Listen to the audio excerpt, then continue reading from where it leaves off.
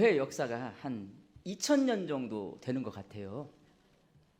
2000년 교회 역사 속에 서로 분열 많이 했거든요. 근데 분열을 해서 한 동네에 큰 예배당을 3개 짓고 함께 사는 교회는 전 세계 역사상 양림교회밖에 없어요. 한 동네에 같은 이름으로 같은 역사를 가지고 분열해가지고 같이 신앙생활을 하고 있는 교회는 전 세계에 없습니다. 그러니까 우리가 지금 무슨 일을 하고 있는 거냐면요. 자, 분열을 했어요. 근데 이제 연합하는 거잖아요. 그러니까 세계 기독교 2000년 역사 속에 분열했다가 다시 이렇게 연합 활동을 꾸준히 하고 있는 교회는 우리 양림교회밖에 없는 거예요. 굉장히 훌륭한 일이에요. 하나님이 기뻐하실까요? 안 기뻐하실까요? 예, 기뻐하실 겁니다. 우리 주님 다시 오시는 날까지 새 양림교회가 이렇게 함께 연합하는 일을 잘했으면 좋겠어요. 제가 이제 한 14년밖에 안 남았어요. 저도 목회할 날이. 근데 제가 있는 동안에는 잘 지낼 것 같아요. 우리 조 목사님은 저보다 더 오래 하실 거니까.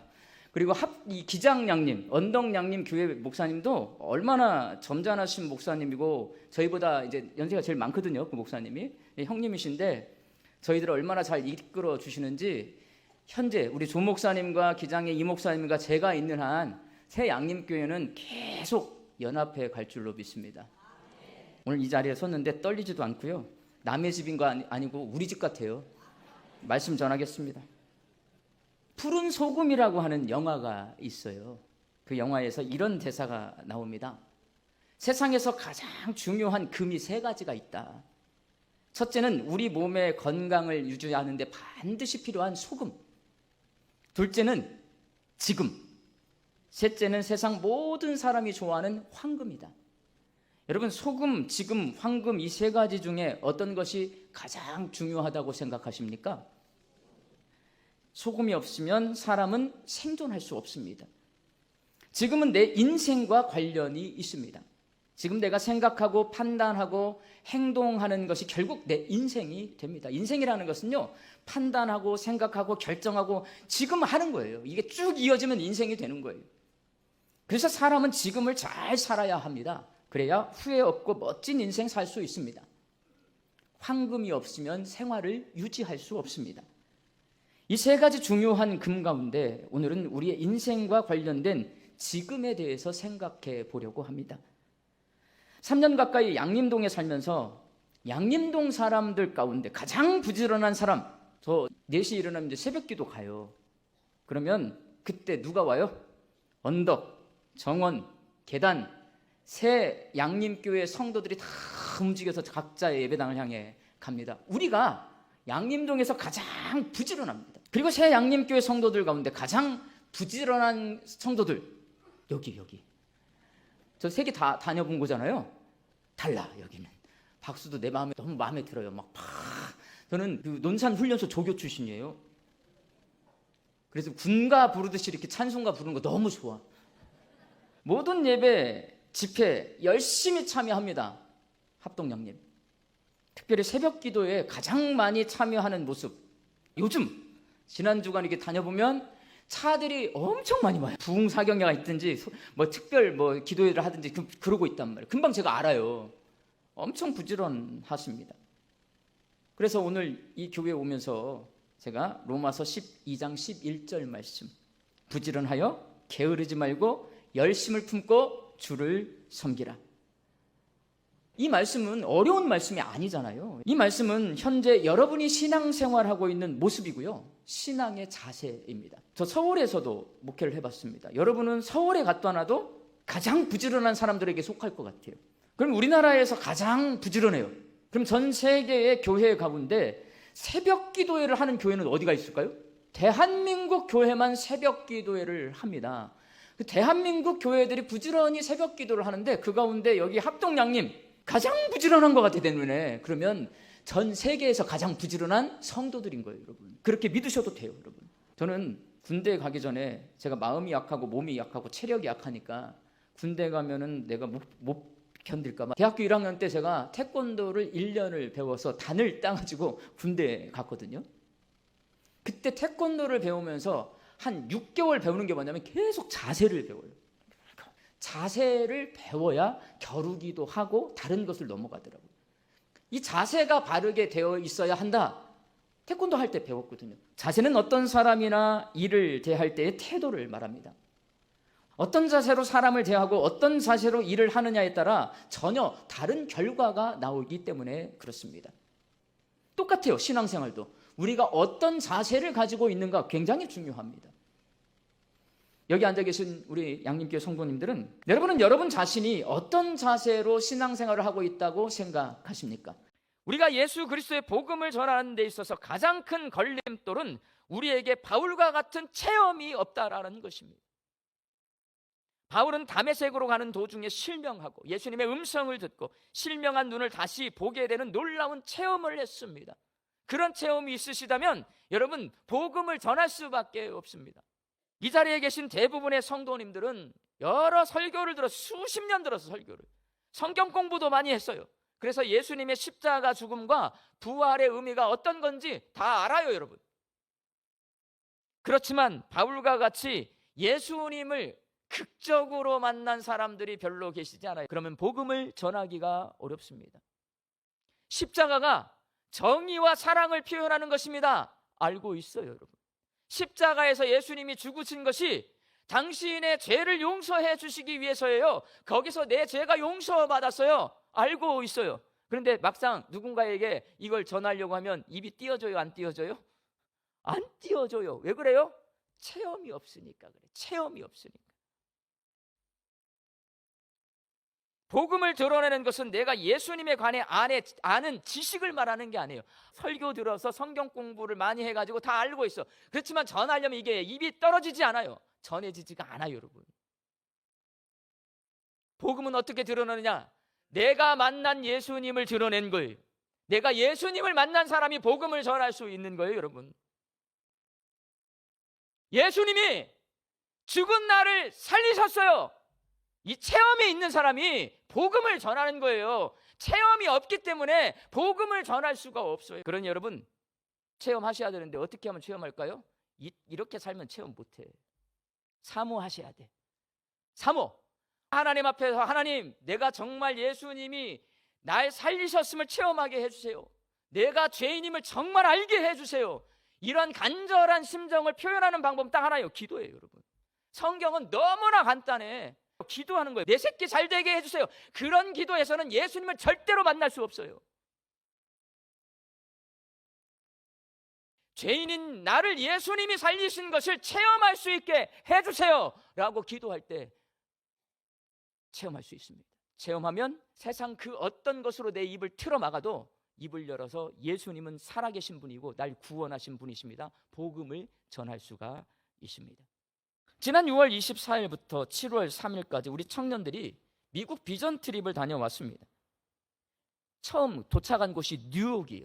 뉴욕에서 우리 교회 청년부 출신 정정숙 박사님이 자기 집에서요 25명의 비전 트립 팀을 이틀 동안 먹여주고 재워주셨습니다. 현재 미국 물가로 따지면 25명이 그 집에서 먹고 잤잖아요. 1,500만 원 정도의 예산을 절감할 수가 있었어요. 여러분 집에 25명이 누가 찾아왔는데 밥 해주고 먹여주고 재워줘요. 쉬워요? 어렵잖아요. 근데 양림교회 후배들이 왔다고 기쁘고 사랑하는 마음으로 대접을 해주셨답니다. 근데 여러분 우리 정정숙 박사님은 우리 교회 와서 설교도 하셨지만 현재 항암 치료를 받고 있는 폐암 환자예요. 정정숙 박사님이 이틀 동안 대접했던 우리 교회 청년들을 뉴욕에서 켄터키주로 떠나보낸 다음에 감사 일기를 써서 보내주셨어요.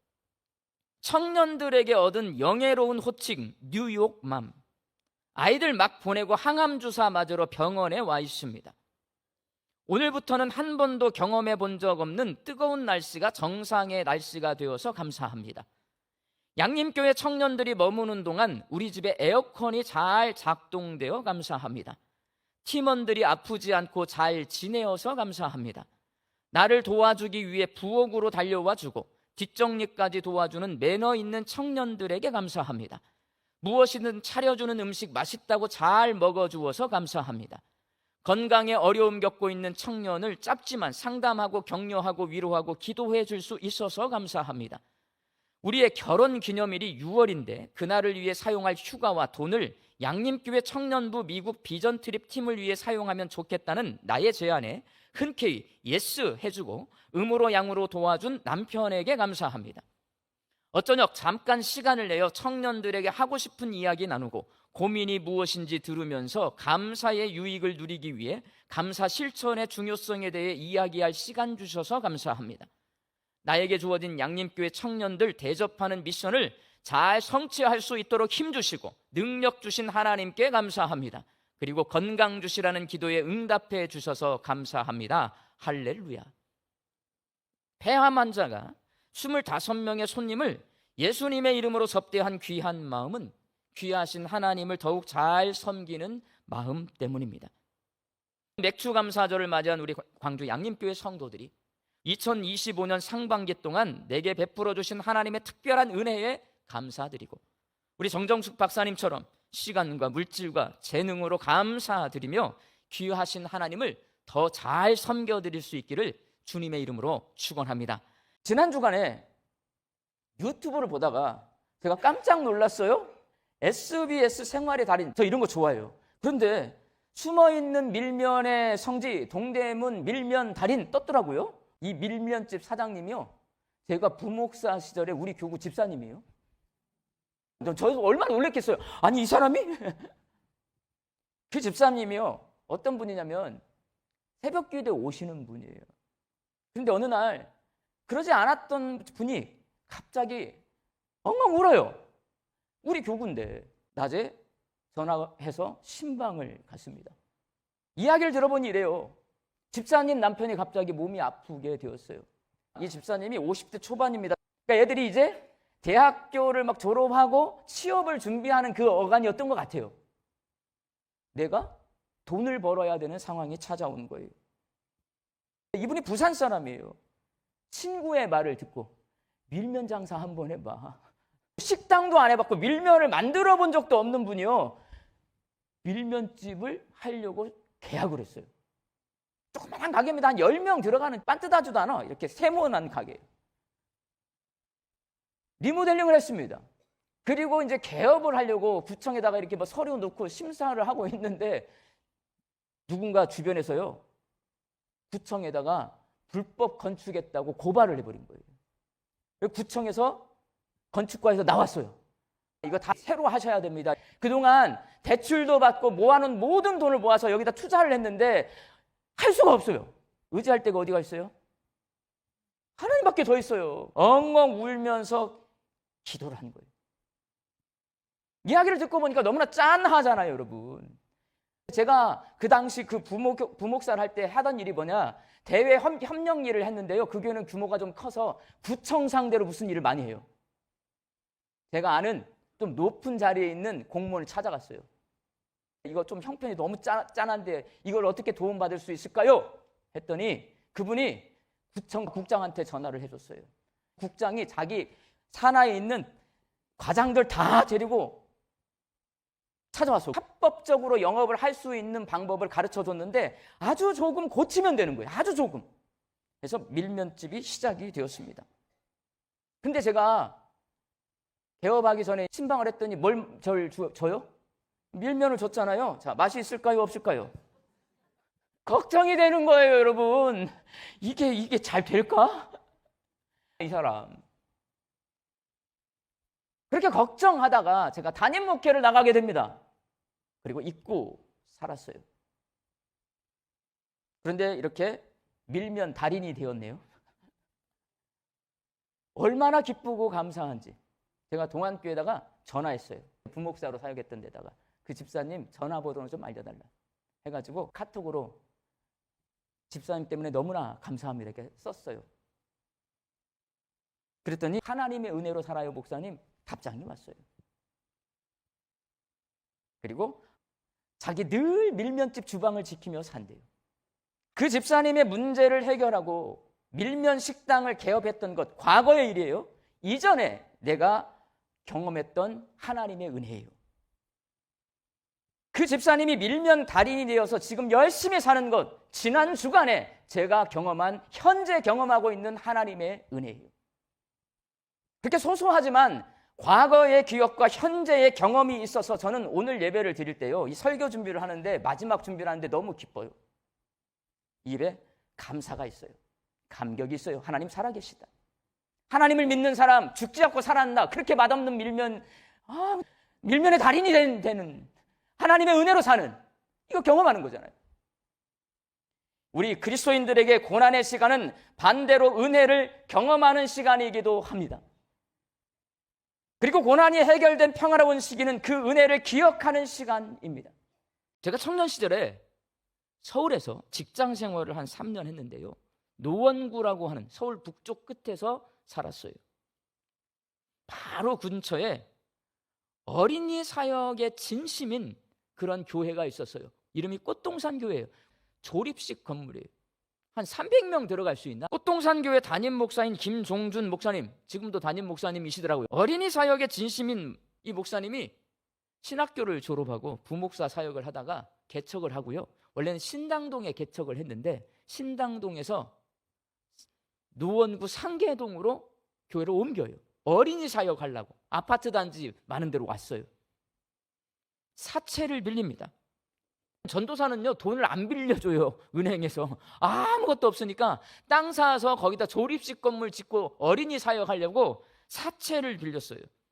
근데 이제 목회자들은요, 세상이 무서운지를 몰라요. 한 달 이자가 500만 원이에요. 지금 500만 원하고 1988년 500만 원은 완전 달라요. 땅을 사가지고 조립식을 짓고 개척 설립 예배를 드렸는데 3개월 만에 손들었어. 사채빚을 못 갚아요. 누가 와요? 근데 문신하고 막 이렇게 우락부락한 사람들 찾아오는 거예요. 하나님, 저 개척 못 하겠어요. 무서워. 근데 그 동네 아이들한테 미안한 거예요. 그래서 마지막으로 아이들을 사랑하는 마음으로 아이들에게 잔치나 벌여줘야 되겠다라고 하나님 앞에 이렇게 기도합니다. 하나님, 저에게는 어린이 전도 달란트가 있어요. 그래서 여름 성경학교를 하려고 합니다. 마지막으로 어린이들에게 멋진 잔치를 벌여주고 이곳을 떠나겠습니다. 기도해요. 대형 버스 4대를 빌립니다. 모여라 여름 성경학교. 현수막을 걸고요, 한 달 내내 그 동네를 돌아다니게 했어요. 그 여름 성경학교에 1000명의 어린이가 몰려왔습니다. 1000명. 부모님들하고 같이 와서 성경 퀴즈대회, 동화 구연대회, 율동대회 함께 하자. 애기들이 자기 엄마 아빠 데리고 왔어요. 1500명의, 애기들은 1000명, 부모님은 1500명 교회를 찾아왔습니다. 그 부모님들 가운데 130명이 새가족으로 등록했어요. 꽃동산 교회는 교회 개척 6개월 만에 교인이 500명이 되었어요. 애기들은 1000명이 모이는 교회가 되었어요. 그 동네에서 저는 신앙생활을 했습니다. 그 김 목사님이 얼마나 또라이인지, 애들을 얼마나 좋아하고 사랑하는지 저는 제 눈으로 직접 곁에서 지켜보았습니다. 그리고 김 목사님의 사랑이 아이들에게로, 그리고 그 아이들에게서 부모들에게로 흘러가는 것을 제 눈으로 목격했습니다. 상계동이 그 당시에 그렇게 넓지 않아요. 그 아이들이 가정, 학교 1000명이면 그 동네 초등학교 절반이 오는 거예요. 학원, 선한 영향력을 끼치는 것을 제가 보았어요. 왜? 저 그 동네에서 학원차 운전했어요. 초등학교 보습학원 학원차 제가 운전했어요. 우리 학원에 다니는 애들 80%가 꽃동산 교회 애들이에요. 10명 타면 8명이 꽃동산 교회 애들이에요. 아이들 타면 찬송 부릅니다. 아이들 타면 성경 암송을 해요. 그 아이들이 자기 부모를 전도해요, 여러분. 동네를 예수님 믿는 동네로 바꿔놔요. 예수님 안에서 진심으로 아이들을 사랑하며 목회하는 목사님 한 분으로 인해 많은 가정과 학교와 지역 사회가 영향받던 모습을 떠올리며, 사랑은, 오늘 본문 말씀이 이런 거예요. 사랑은 하나님의 성품이에요. 하나님이 우리에게 주신 성품이란 말이에요. 성품, 오늘 사도 바울은 말하는 거예요. 사랑이 있을 때 율법이 완성된다는 거예요. 세상을 거룩하게 변화시킨다는 거예요. 여러분, 요즘 청년들 힘들어. 아셨어요? 제 딸도 청년이지만 청년들 힘들어요. 취업이 안 돼요. 이 청년들이 추석 명절 때 집에 오고 싶을까요? 못 와요, 여러분. 청년들을 믿고 기다려주는 것입니다. 제가 학원차 운전할 때 나이가 28살이었어요. 그래서 그 청년들의 심정을 저는 알아요. 이 시대의 젊은 청년들은요, 취업을 못한 애가 반절이에요. 그 청년들에게 여러분, 힘내. 용돈도 좀 주시고, 이게 사랑이 비치는 거예요. 그 청년들에게 너 어쩌려고 그러냐. 추석 때 서울에서 안 내려올 거예요. 가족들에게 피차간 용기를 주고 사랑의 빛을 서로 지실 수 있기를 바랍니다. 서로 사랑하며 거룩한 채무를 져서 율법의 완성을 보여줄 때 우리 양림교회가 하나님의 사랑이 충만하고 세상을 변화시키는 거룩한 공동체가 될 수 있기를 주님의 이름으로 축원합니다. 저는 꿈이 목사였습니다. 꿈은 목사인데 제 성격이 수줍음이 너무 많아요. 이래서 내가 목사를 할 수 있을까? 고등학교 때까지 제 별명은 섹시예요. 섹시. 수줍어하니까 얼굴이 빨개지고 한마디도 못하니까 아무도 몰라. 우리 어머니도 몰라요. 내가 무슨 고민을 하는지. 교회에서는 저를 회장시키려고 해요. 그러니까 정기총회를 하는데 담합을 해가지고 저를 몰표를 줘가지고 제가 회장이 됐어요. 제가 교회로 옮겼습니다. 그게 제 성품이에요. 수줍음. 이런 성격으로 어떻게 목회를 할 수 있을까 늘 걱정하며 살았습니다. 하나님께서는 수줍음을 어디서 멈추게 하시냐면 군대에서 멈추게 하시는 거예요. 저는 국가가 명령을 해요. 너 훈련소에서 훈련병들 훈련시켜. 이건 거부할 수가 없어요. 꼼짝 못하고 훈련병들 앞에 서게 하시고 통솔하게 하셔서 그 수줍음을 이겨내게 하셨고 남 앞에 서는 것을 두려워하지 않게 만들어 주셨습니다. 육군훈련소는 내 앞을 가로막고 있던 수줍음이 멈추고 목회의 길을 걷게 해준 기적을 체험한 장소예요. 논산훈련소는 지금도 거기 있어요, 여러분. 가끔 대전을 갈 때, 서울을 갈 때 지나갈 때마다 지난 날을 잊지 않고 기억할 수밖에 없어요. 거기 있으니까. 거기에 가면 제가 기도했던 장소가 있어요. 제가 2시간 앉아 있다 왔습니다. 이렇게 저는 논산훈련소에 돌무더기를 쌓아두었습니다.